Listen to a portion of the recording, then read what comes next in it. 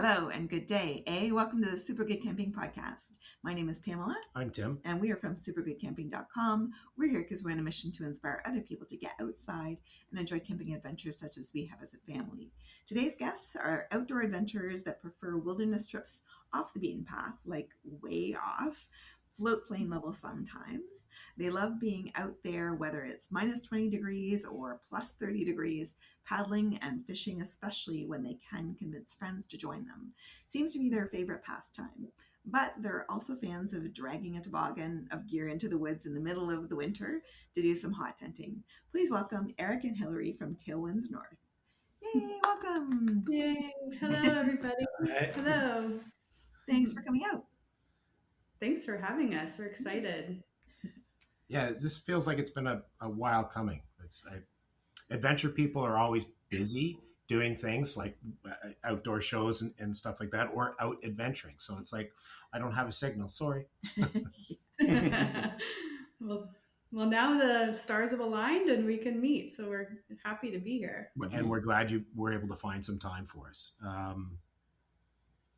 Man, I don't even know where to start. How did you, so you guys do like some pretty, from my perspective, some pretty crazy trips. Awesome, crazy, like in a good crazy. How did you go from 0 to 60 like that? Like what's the beginning? What were your baby steps in cutting your teeth on doing massive adventures? Jump right to like. Yeah, no, we definitely didn't. We worked our way up to those sorts of trips, but Hillary and I both grew up in the Bancroft area, and so we spent a lot of time when we were younger. Going up to Algonquin, spending time on lots of lakes around that area, out in the Canoe, like Crownland trips.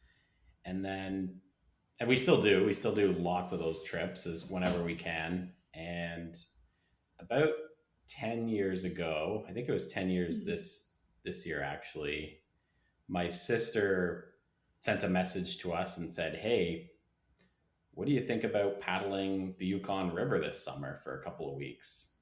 And so we got a kind of a ragtag group of friends together, and my sister, and did that trip. And it was a 2-week trip, and that kind of really, I don't know, just kind of got us on this, trying to get out whenever we could, save up our vacation and budget to get out at least on one big trip once a year. And yeah, it's kind of taken us on all sorts of trips across Ontario and in Western Canada or in the territories. And we've been like to get out into places where we haven't paddled before and some more wild areas. So that was kind of the origins of it. So yeah. Well, and so do you plan your own trip sometimes? Sometimes it's an outfitter. It's always an outfitter. How do they work? It's always us. Like we usually around this time of year and really starting in January, February every year, we're kind of looking at maps and watching YouTube videos, reading books, and kind of pick. Yeah. like everybody. Everyone else, yeah. And kind of dreaming up, well, what routes could we do? And and then we start reaching out to figure out how do we get out there and how do we, do we rent a boat? Do we bring our own canoe? Like all those sorts of things. We'll start to plan throughout the winter and then start dehydrating food and all that fun stuff. Which we need to start doing. Yeah. Oops. I can send you some meals. I think I have about 3 years worth of tripping dehydrated in the freezer. So nice. Please let us any recipes that you want to share. Oh, you know what? So I have said this a million times for our regular listeners. Kevin Ride has Backcountry Eats. Anything in that book is fabulous. Like it's just amazing stuff. He's already figured out all the things. The big win is when you want ground beef or ground pork in your meals, or you're going to dice up some sausage to put into it. Boil it, rinse it, boil it, rinse it. Gets rid of the fat and stuff, and it's not it's not rehydrated gravel at the end of it. Yeah. That's the win. Kevin, we saw, we've been following him for quite a while, and we saw he did dehydrated pickles once. So we tried that a couple of years ago. It was actually really good. Yeah. Oh, cool. Our Snake River trip, we had dehydrated pickles on behalf of Kevin. Nice. It worked out great. I didn't know that. Dehydrated. Sorry, making notes. We had it on our. We make like we dehydrate sweet, or is it black bean burgers? And we had them on the pickles on the black bean hamburger, and it was really great. That's cool. Great. So okay, we're gonna bail. I'm hungry. gonna go get. Okay, so that first trip that first big far away trip was 2 weeks. It has that sort of stuck as, or do you tend to do shorter ones, 10 days? How does that play out for you now? Yeah, I think we're usually, it's either, we're not as big on the solo trips. So it's usually Hillary and I, or we'll try and get a group of friends together, and we just like going on trips with our friends and introducing friends to those types of trips as well. But usually I think the longest one we did was about 15 days.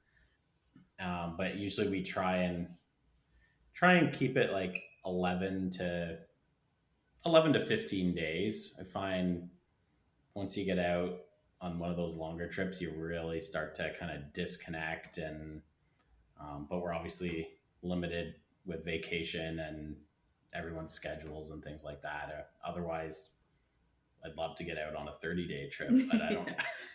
We have to figure out our jobs first with that, like many people. And that Yukon trip, did anything go wrong on that trip? Anything unexpected? Anything that kind of came up they weren't anticipating? On the first trip? No, it was actually surprisingly, everything went pretty well on that one. I don't think we had any issues. We had our second Yukon trip, we got into some wildfires pretty bad. Oh no. Where we actually just couldn't see anything for several days, like more than 10 feet in front of you. But otherwise it was, our first trip was, maybe that's why we just kept going back and doing more trips, because it went beginner's luck. Yeah. So the wildfires, like, how close to you were they? Do you know? So that trip, we actually, I think, well, it was pretty close. It was, you could see the flames coming over the hills, and we actually stopped at one, there was kind of a historic site at Fort Selkirk that we had stopped to check out, and we hadn't seen any other people really for about 10 days. And there was actually a helicopter flew into the site, and they started installing hoses, and they told us the flames we'll likely start to see them come up over the mountain towards the river as we paddled through. Yeah.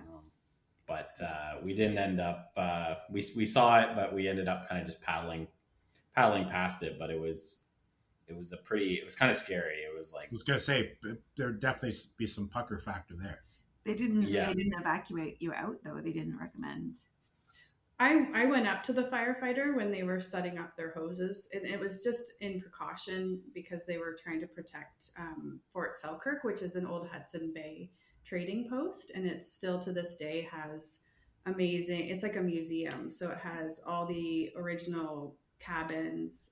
There's a church. It's a really great place to just explore and see that history. So they were setting up to protect it in case the fires did get close, which didn't happen to be. But I went over to the one firefighter and I said, should we be concerned? Like, we've been getting messages from Eric's sister in the InReach, just kind of, she was watching the fire maps for us. But it was just a little concerning because we could see them over the hill. But the firefighter just informed us, no, keep going towards Dawson City. You'll be okay. The fires are kind of going the other way, like the winds were going the other way. So we managed to get that correct information, that promising information, and just carried on with our trip. But I did ask him, I was like, are you evacuating us? What's happening? Because we're totally disconnected from the world out there, right? We do take an InReach device, and it's two-way, but yeah, you don't know what's happening in the news. But luckily we were safe and sound and made it to the destination we needed to get to. And it did shift, like as we moved closer to Dawson City, that way it was kind of dissipating. But there was some heavy smoke where we had to wear we had like our buffs over our faces and things like that. But do get wildfires sometimes, but that was really the only trip we've been on so far that had that. Yeah. I think, yeah. With wildfires anyways. Yeah. So we've been lucky. Yeah, it just made me think. I would never have thought that I needed to put respirator on my checklist for packing. Right? Wow. Yeah. Well, it's definitely, with climate change now, it's Ontario every summer, right? And same as, out west in the territories, it's something we basically have to just almost account for. There's probably going to be some wildfires, or a chance that we might need to cancel the trip, and hope everybody's hopefully between wildfires and floods. I mean, we're getting massive rainstorms over the course of 48 hours. You're getting 75 or 100 plus millimeters. I don't even know what that works out to in other people in imperial. Whatever, it's tons. That's gobs and gobs and gobs of rain. It's way more than the ground can absorb. So yeah, then suddenly you get that it's not a flat water trip anymore. Suddenly it's a whitewater trip. Right? Mm-hmm. And do you mostly do flat water, or do you do some whitewater as well? Yeah, we do kind of a mix. I mean, we do we've done a few bigger kind of whitewater trips. Like the Missinaibi, and did the Snake River in the Yukon a couple of years ago. That was a challenging river for us. And but then we also love, actually our favorite trips are the ones where we can kind of do a bit of both flat water and whitewater paddling. Mm-hmm. So those are my favorite, when you can do both the lakes and a little bit of the river action. Yeah, I agree. We literally just got into doing whitewater last year, and it's nice to have nice easy paddle, and then a bit of woo, and then back to nice easy paddle. It's amazing. What did you do? Where did you go? We did a bunch up in Palmer Rapids. That was the training portion of the program, and then we were headed for. Oh my God, I've already forgotten. What's the one we're doing this year? Spanish River. We were headed for the Spanish River. We got a phone call not a phone call. We got an email from whoever's CN Rail. Yeah, CN Rail, that they were pulling the Bud car off the night before we were supposed to go. So big scramble, and we ended up doing Temagami, which was awesome. It was so beautiful colors, but it was like 20 degrees during the day. It was fantastic. It was an awesome trip. It's potentially one. It's a great plan B. Yeah. Very cool. So you guys have done Yukon, Snake River, and you don't want to do the same ones all the time. Some of the other places you've done, or some of the places you're looking at down the road. Yeah, that's a good question. So we've done. We did the Steel River. That was a fun trip. Isn't that the one with the El Diablo? Is the portage? Yeah. Yeah, Yes. that was the part. That was the part that wasn't so fun. Our dog had fun. Our dog did the Diablo portage, I think 10 times. While we managed to do it in 3 hours. Yeah, we didn't beat any records on that portage, but yeah, the snake, or sorry, the Steel River. We got up into Wabakimi, did the Allen Water River. That's a beautiful trip. Um, Highly recommend. yeah. What else? Last year. Yeah, and then last year we did the east arm of Great Slave Lake out in Northwest Territories. So that was a big trip for us. Really, yeah, yeah. So it was a fly-in trip out onto the east arm, and we were kind of pretty humbled in our first few minutes there, because when we landed, it was dead calm out, and we had all of our gear kind of just the plane had left, and we just had our gear sitting in the canoe. We'd loaded it up, didn't have our spray deck on. We were only planning to paddle like maybe a kilometer, I think, to find we had seen a nice spot to camp from the plane. And anyways, we got out onto the lake, and we kind of came around into a more open area, and wow, we got a taste of it wasn't even the big open part of the lake, and we were getting surfed by the water, like it was coming right up over the canoe. And so we got to shore pretty quick, because we were taking on water. And you were willing to go further. And I was like, Eric, I think we need to go to shore. He's like, no, let's just keep trying a little bit more. And the canoe was filling up with water. And I was like, I think it's time to go in as we're surfing along the waves. So we made our way back to shore, and we made it 500 meters that day. It's a half the distance you were hoping it can to. happen. Yeah. So we were windbound for a bit, and then we eventually kind of found a little spot just big enough for the tent and a little sheltered area. But the next day we got everything kind of geared up, and spray deck on, and all dry suits on, and all that stuff, because it's cold too. Well, what time of year was this? It was mid-August when we went, but I think sometimes that section of the lake is the last part to lose the ice. So I think even into like late June, they still have ice, but it essentially just doesn't warm up there. And that's also why the fishing is so good there, because it's so cold.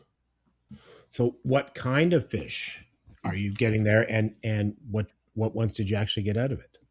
So in Great Slave Lake, it's probably one of the top, if not the top, lake trout fisheries in the world. So pretty much exclusively lake trout is what we were catching. We caught a few pike, and we caught a couple of Arctic grayling, but it was almost all lake trout, and we were catching them pretty much within 5 minutes of every time we put the line in the water. Sounds terrible. It's a hard life. Fresh fish every day.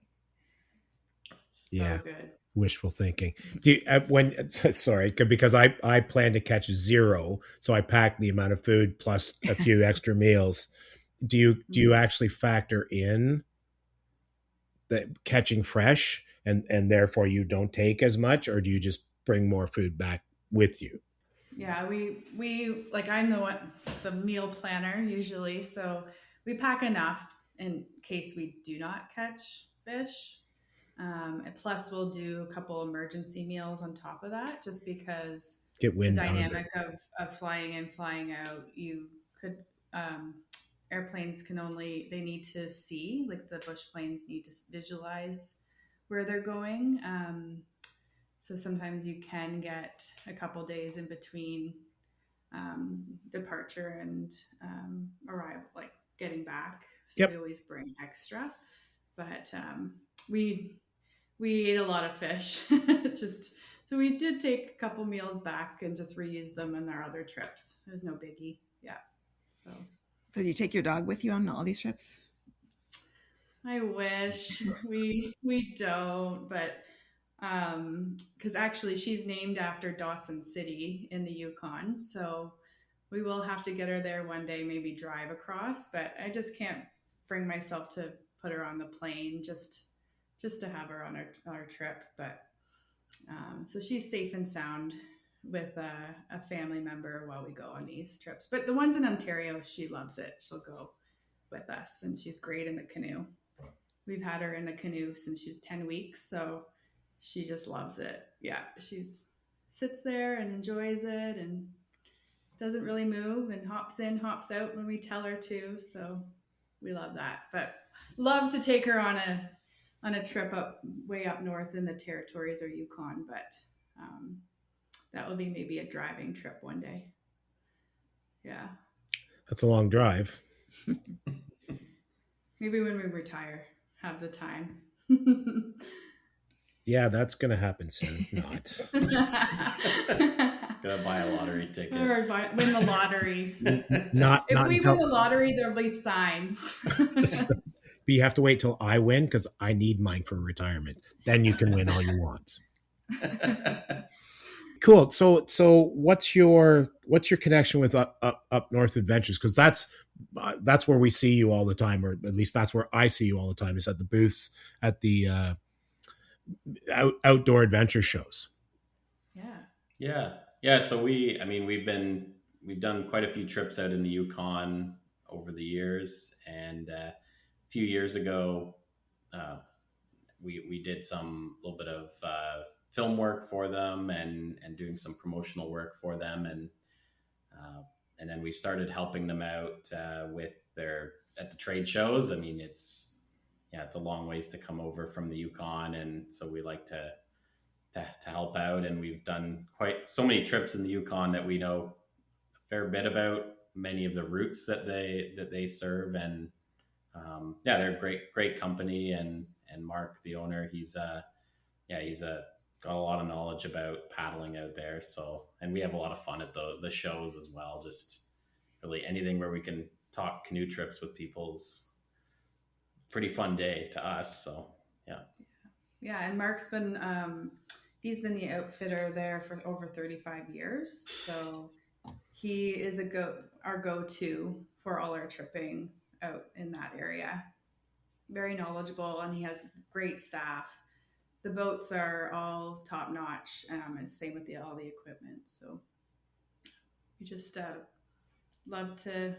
we just built that relationship with them and keep going back. So That's excellent. Well, 35 years. Yeah. That's you can rack up an awful lot of knowledge then. Yeah. Very cool. What's so Great Slave Lake, very cool trip. What are some upcoming possibilities? Yeah, so we are planning another trip in the Yukon this summer. We just keep going back out there. We're planning kind of we've got another couple that are planning to come with us, and it's going to be a kind of a mix of lake and river paddling. We're kind of picking a little bit lesser known route. There's a few unknowns we're still researching, and I spent, I don't know, 6 hours the other day on mapping, just trying to see how much, what we can see on some of these routes and figuring out the logistics and things. So we've got that somewhat planned. We're getting there for that one. There's lots of trips in Ontario we want to do as well. Like the Spanish River.